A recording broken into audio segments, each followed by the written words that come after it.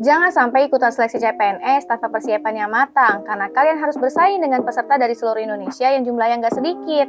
Apalagi tahapan prosesnya juga cukup panjang loh teman-teman.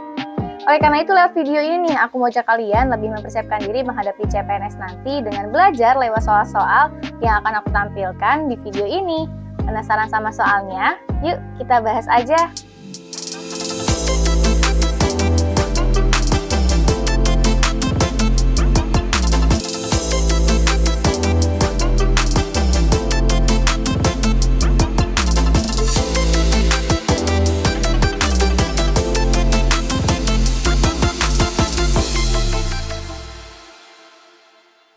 Assalamualaikum warahmatullahi wabarakatuh. Halo teman-teman semuanya, para pejuang CPNS di seluruh Indonesia. Apa kabarnya nih kalian hari ini? Semoga dalam keadaan sehat dan baik ya.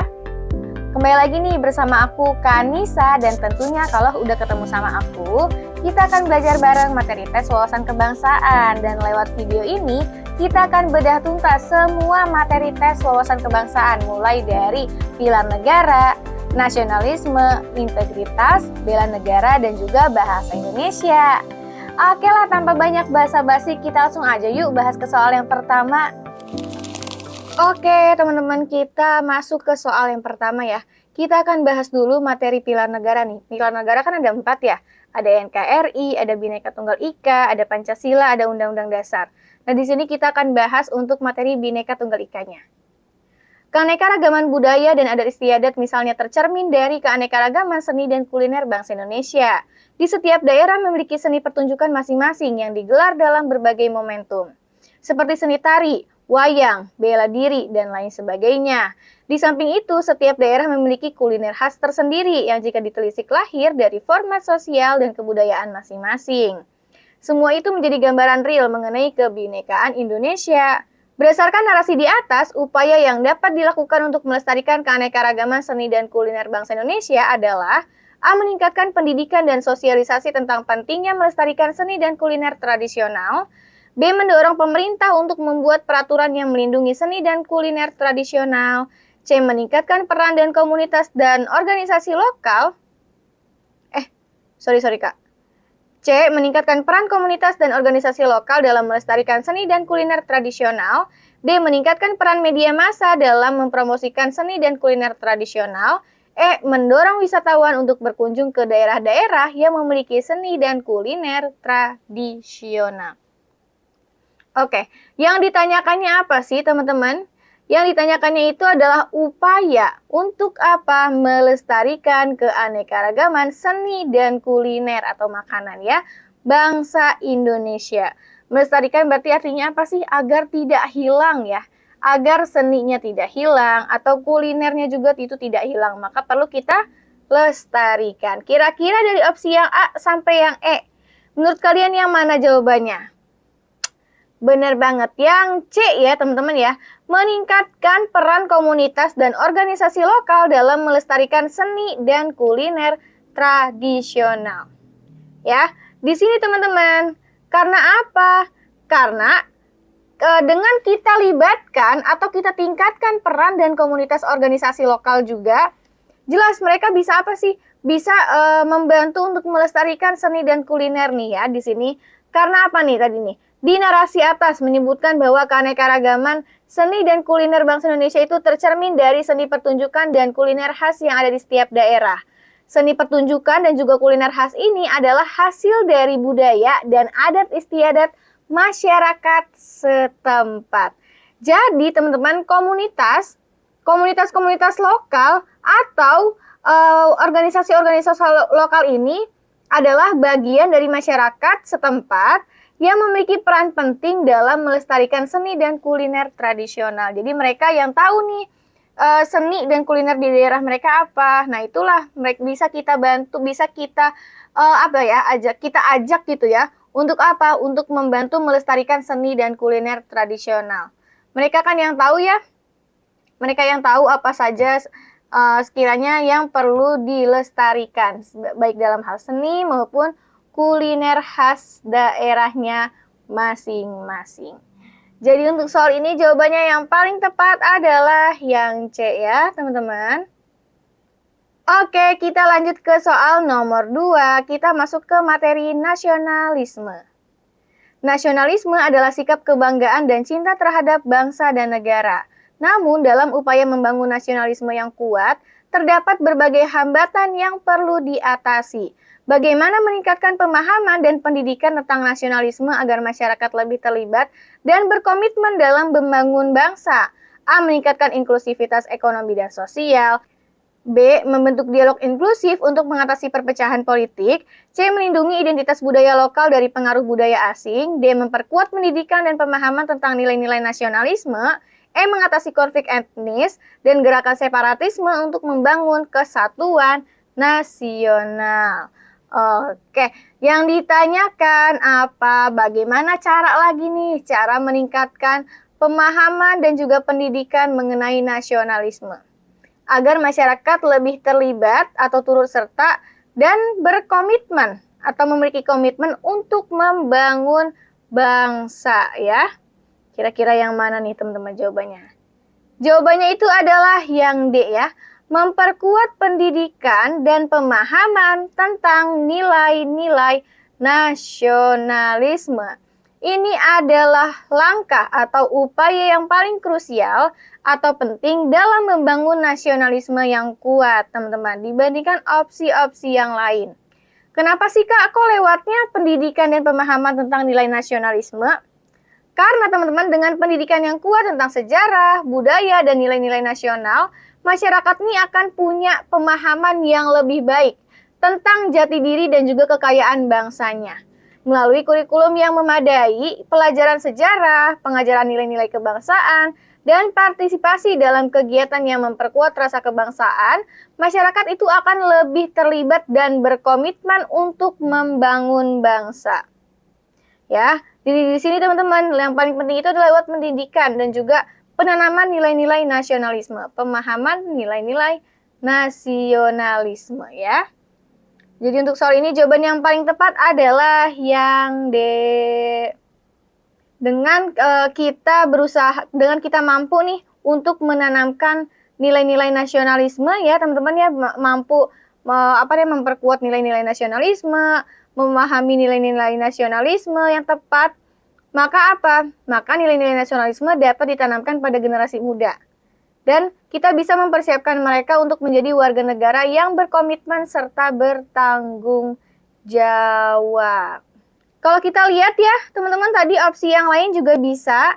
Cuma di sini dengan memperkuat pendidikan dan juga pemahaman tentang nilai nasionalisme itu dia punya pengaruh yang lebih luas dan mendasar dalam membentuk identitas nasional dan partisipasi aktif untuk pembangunan bangsa. Oke, kita lanjut ke soal berikutnya. Kita akan bahas materi bela negara. Bela negara dapat diartikan sebagai tekad, sikap, dan tindakan warga negara yang teratur, menyeluruh, terpadu, dan berlanjut yang dilandasi oleh kecintaan pada tanah air dan kesadaran hidup berbangsa dan bernegara.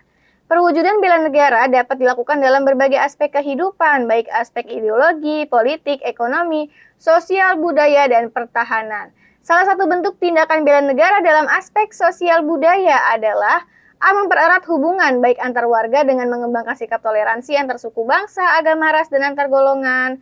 B. Mengembangkan usaha kecil, menengah, dan koperasi agar lebih efisien, produktif, dan berdaya saing sehingga dapat membantu pemerintah dalam meningkatkan devisa bagi negara.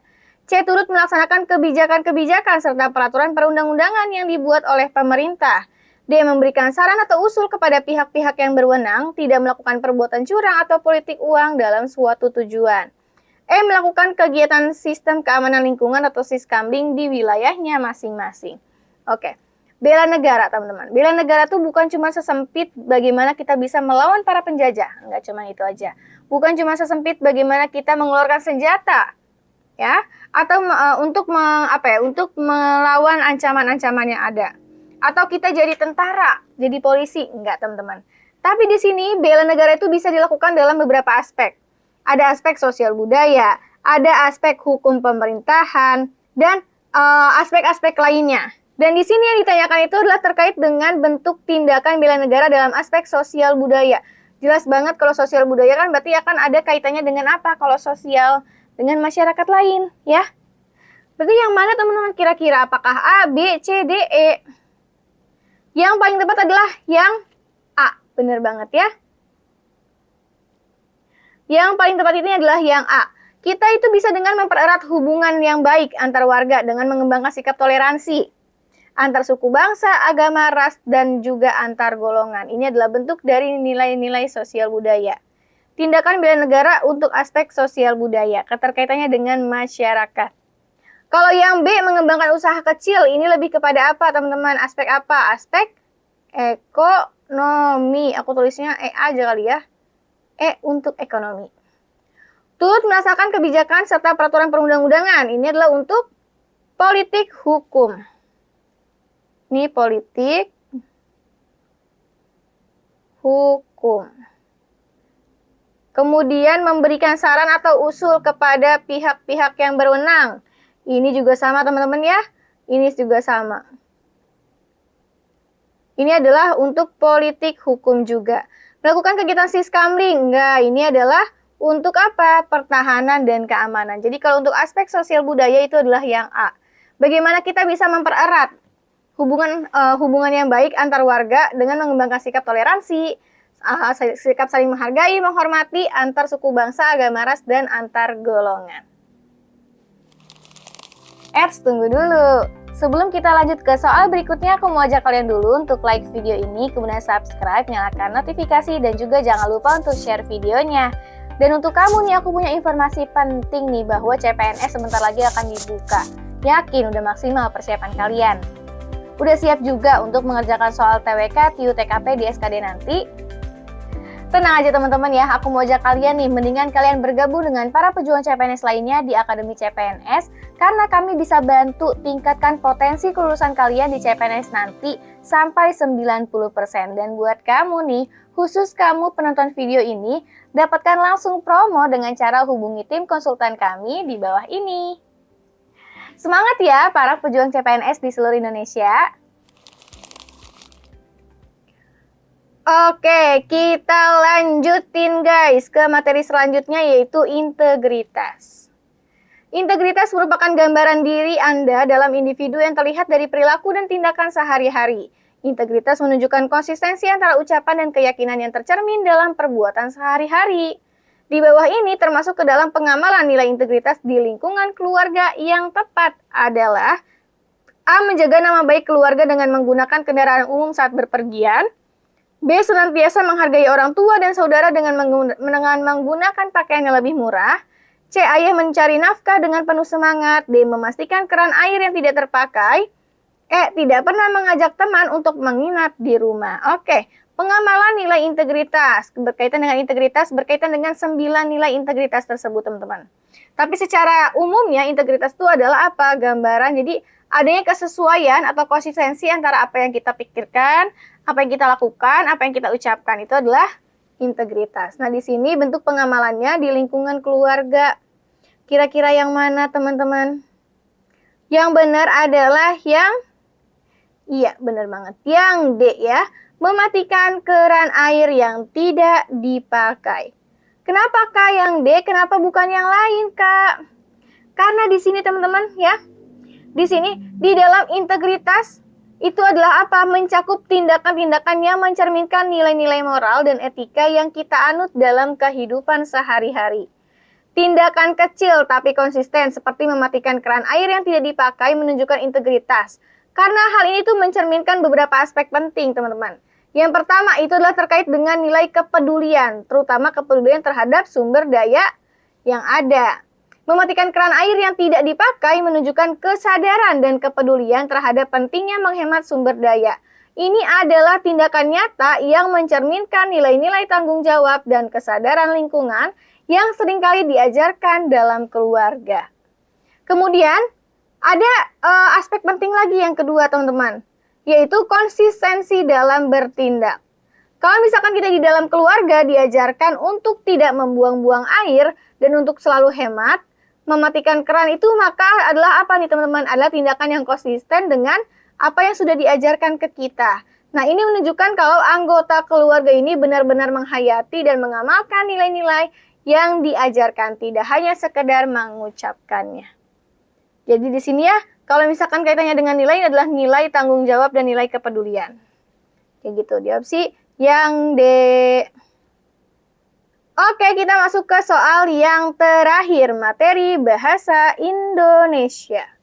Cermati paragraf berikut. Oke, ada 5 kalimat, kita baca aja ya karena singkat. Oncom merupakan makanan yang cukup populer terutama di daerah Jawa Barat dan Jakarta.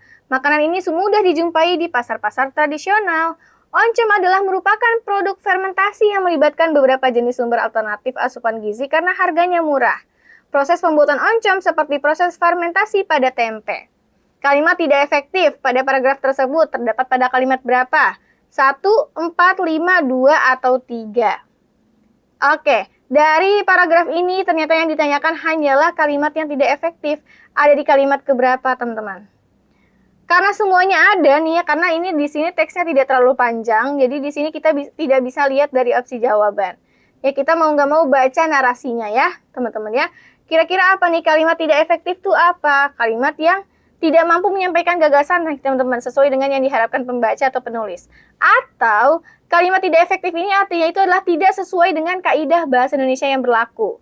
Kaidah yang berlaku sekarang itu adalah apa? Coba komen ya di kolom komentar.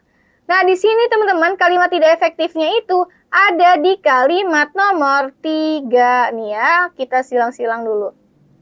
Oncom adalah merupakan produk fermentasi yang melibatkan beberapa jenis sumber alternatif asupan gizi karena harganya murah. Kita perhatikan baik-baik, ada oncom adalah merupakan. Kira-kira teman-teman menurut kalian ini sudah benar belum sih? Jelas, kurang benar, atau masih belum tepat. Karena apa? Karena antara adalah dengan merupakan itu mereka punya makna yang sama, teman-teman ya. Punya makna yang sama. Jadi kalau dimasukkan ke dalam kalimat, dia menjadi tidak efektif kalimatnya. Ya, jadi ada dua nih, adalah sama merupakan ini sama maknanya. Jadi kita bisa pilih, bisa oncom adalah produk fermentasi, atau oncom merupakan produk fermentasi, itu keduanya bisa. Kalau kita pilih itu keduanya bisa, antara oncom adalah atau oncom merupakan itu bisa. Ya, jadi di sini bentuknya itu adalah apa? Tidak efektif karena apa? Karena boros kata-katanya ya. Boros atau tidak hemat di sini ya. Boros atau tidak hemat. Jadi untuk soal ini jawaban yang paling tepat adalah yang kalimat yang ketiga. Nah, jadi sekian dulu nih teman-teman untuk materi tes wawasan kebangsaan yang bisa aku sampaikan lewat video ini. Semoga soal-soal tadi bermanfaat untuk kalian ya, terutama yang di tahun ini mau lolos CPNS. Sebelum aku akhiri video ini, teman-teman, aku mau ajak kalian lagi nih untuk like video ini, kemudian subscribe, nyalakan notifikasi, dan juga jangan lupa untuk share videonya ya. Dan terakhir aku ngucapin terima kasih karena kalian sudah menonton videonya sampai habis. Kita ketemu lagi di bedah soal selanjutnya dan tentunya dengan soal dan materi yang lebih beragam. Dadah!